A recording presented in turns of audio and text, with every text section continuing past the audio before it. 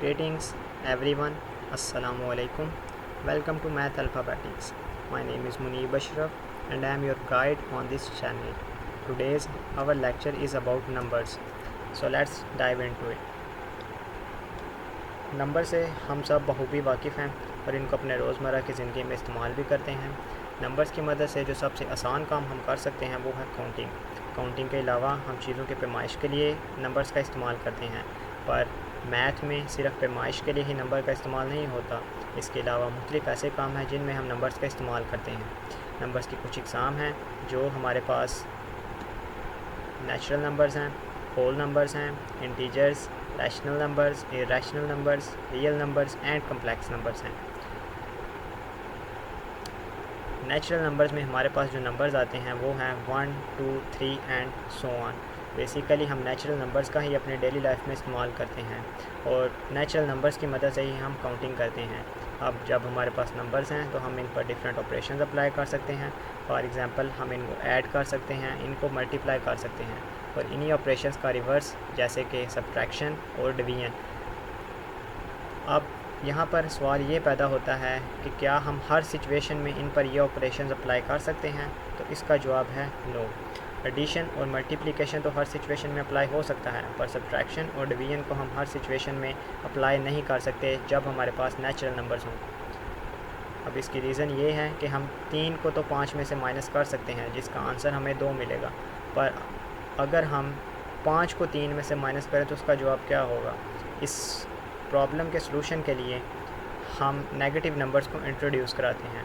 Negative numbers को introduce कराने के बाद हमारे पास इस सवाल का जवाब होगा कि जब हम 5 को 3 में से माइनस करेंगे तो हमारे पास -2 आंसर आएगा।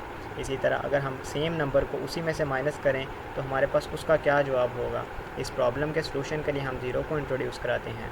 अगर हम नेचुरल नंबर्स के सेट के साथ 0 को भी इंक्लूड कर दें तो जो हमारे पास नए नंबर्स का सेट आएगा उसको हम कहेंगे होल नंबर्स। इसी तरह अगर हम होल नंबर्स में नेगेटिव नंबर्स को इंट्रोड्यूस कर दें तो जो न्यू नंबर्स हमें मिलेंगे उनको हम कहेंगे इंटीजर्स। मतलब होल नंबर्स में हमारे पास नंबर्स आ जाएंगे 0 से लेकर up to so on positive numbers. इसी तरह इंटीजर्स में हमारे पास नेगेटिव नंबर्स हैं, पॉजिटिव नंबर्स हैं और 0 है। यहाँ तक हमने पढ़े नेचुरल नंबर्स, होल नंबर्स और इंटीजर्स। इन 3 नंबर्स यहाँ तक जो हमने पढ़ा इस पर हम मल्टीप्लिकेशन भी कर सकते हैं, एडिशन भी कर सकते हैं और सब्ट्रैक्शन भी कर सकते हैं, लेकिन फ़िलहाल अभी तक इन 3 नंबर्स पर हम डिवीजन को हर सिचुएशन में अप्लाई नहीं कर सकते। उसकी रीज़न क्या है, आइए देखते हैं।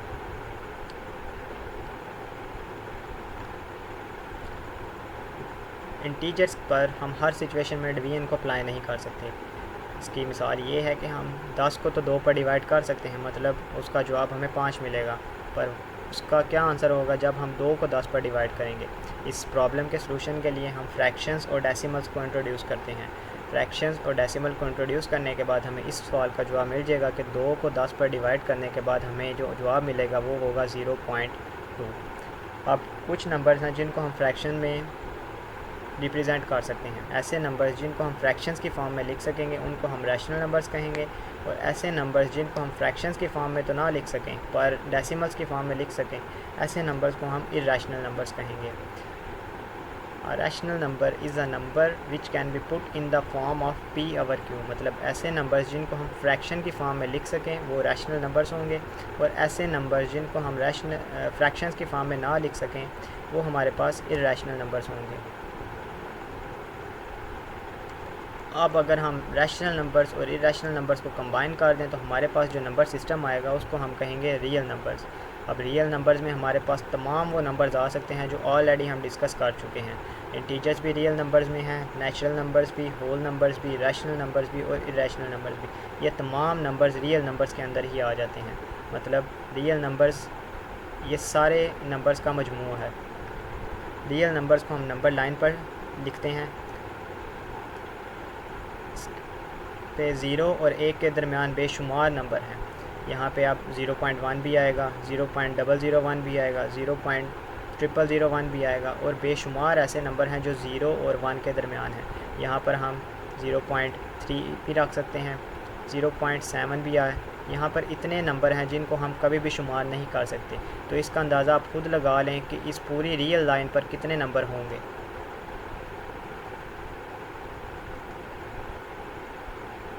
इसके अलावा नंबर्स की कुछ और कैटेगरीज़ हैं जिनको हम जानते हैं। आइए देखते हैं वो कैटेगरीज़ क्या हैं। कुछ डेसिमल्स हैं जो टर्मिनेटिंग है, कुछ डेसिमल्स हैं जो नॉन टर्मिनेटिंग है। अब इसका क्या मतलब है? मतलब ये है कि डेसिमल मतलब पॉइंट के बाद कुछ नंबर्स ऐसे हैं जो रुक जाते हैं और कुछ नंबर्स हैं जो लामहदूद चलते रहते हैं।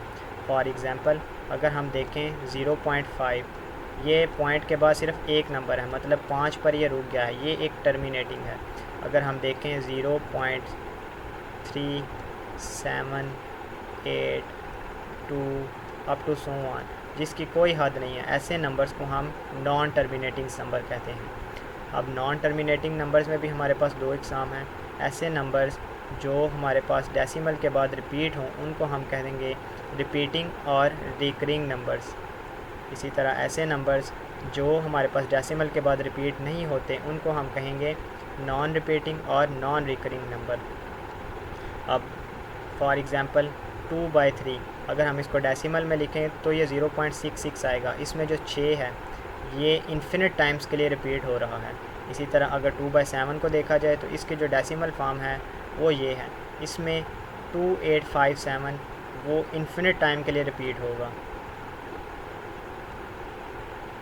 और जब हम नॉन रिकरिंग की बात कर देंगे तो इसमें हमारे पास एग्जांपल आ जाती है √2 की, मतलब √2 पाई। ये ऐसे नंबर्स हैं जो कभी भी इनके अंदर कोई भी रिपीटिंग पैटर्न नहीं आ रहा, ये without any pattern up to so on, मतलब इन्फिनिटी तक अप्रोच कर रहे हैं, मतलब इन्फिनिटी तक कंटिन्यू कर रहे हैं, इनकी कोई हद नहीं है। अगर इनकी समरी देखी जाए तो नॉन टर्मिनेटिंग डेसिमल्स में हमारे पास रिपीटिंग डेसिमल्स हैं और नॉन रिपीटिंग डेसिमल्स हैं। रिपीटिंग डेसिमल ऐसे डेसिमल्स हैं जिनको हम फ्रैक्शन की फॉर्म में कन्वर्ट कर सकते हैं, और नॉन रिपीटिंग डेसिमल्स में हमारे पास ऐसे फ्रैक्शन हैं जिसको हम फ्रैक्शन की फॉर्म में नहीं लिख सकते। अब अगर हम किसी को फ्रैक्शन की फॉर्म में लिख सकेंगे तो वो रैशनल नंबर्स होंगे, और जिनको हम फ्रैक्शन की फॉर्म में नहीं लिख सकते वो इरैशनल नंबर होंगे। मतलब टर्मिनेटिंग नंबर्स जो हैं वो रैशनल नंबर्स की ही फॉर्म है, और रिकरिंग नॉन टर्मिनेटिंग नंबर्स मतलब रिपीटिंग नॉन टर्मिनेटिंग नंबर्स भी हमारे पास रैशनल नंबर्स ही हैं, पर non recurring non repeating numbers को हम इरैशनल नंबर्स की कैटेगरी में कंसिडर करेंगे। इसके अलावा कुछ कैटेगरीज़ हैं जो नंबर्स में आती हैं, उसमें हमारे पास इवन नंबर्स हैं, ऑड नंबर्स हैं, प्राइम नंबर्स हैं, कंपोजिट नंबर्स हैं। इवन नंबर्स ऐसे नंबर्स हैं जिनको हम 2 पर डिवाइड कर सकते हैं। ऑड नंबर्स ऐसे नंबर्स हैं जिनको हम 2 पर डिवाइड नहीं कर सकते। प्राइम नंबर ऐसे नंबर हैं जो ख़ुद के अलावा किसी भी और नंबर पर डिवाइड नहीं होते। फॉर एग्ज़ाम्पल 2 सिर्फ 2 पर ही डिवाइड होगा, इसके अलावा 2 किसी और नंबर पर तकसीम नहीं होता। इसी तरह अगर हम 13 को देखें तो 13 का कोई भी ऐसा कोई भी नंबर नहीं जो 13 को डिवाइड करे। इसी तरह कंपोजिट नंबर्स हैं। कंपोजिट नंबर्स ऐसे नंबर हैं जो प्राइम नहीं हैं। अब प्राइम नंबर्स और कंपोजिट नंबर्स में जितने भी नंबर्स हैं वो सारे होल नंबर्स हैं और 1 से ग्रेटर हैं, जबकि इवन नंबर्स और ऑड नंबर्स हमारे पास इंटीजर्स की फॉर्म में हैं। आज के लेक्चर में हमने कुछ बेसिक्स पढ़ी नंबर्स की। अगले लेक्चर में हम कम्प्लेक्स नंबर्स को पढ़ेंगे। Until then I wish you all the best and take care. अल्लाह हाफिज़।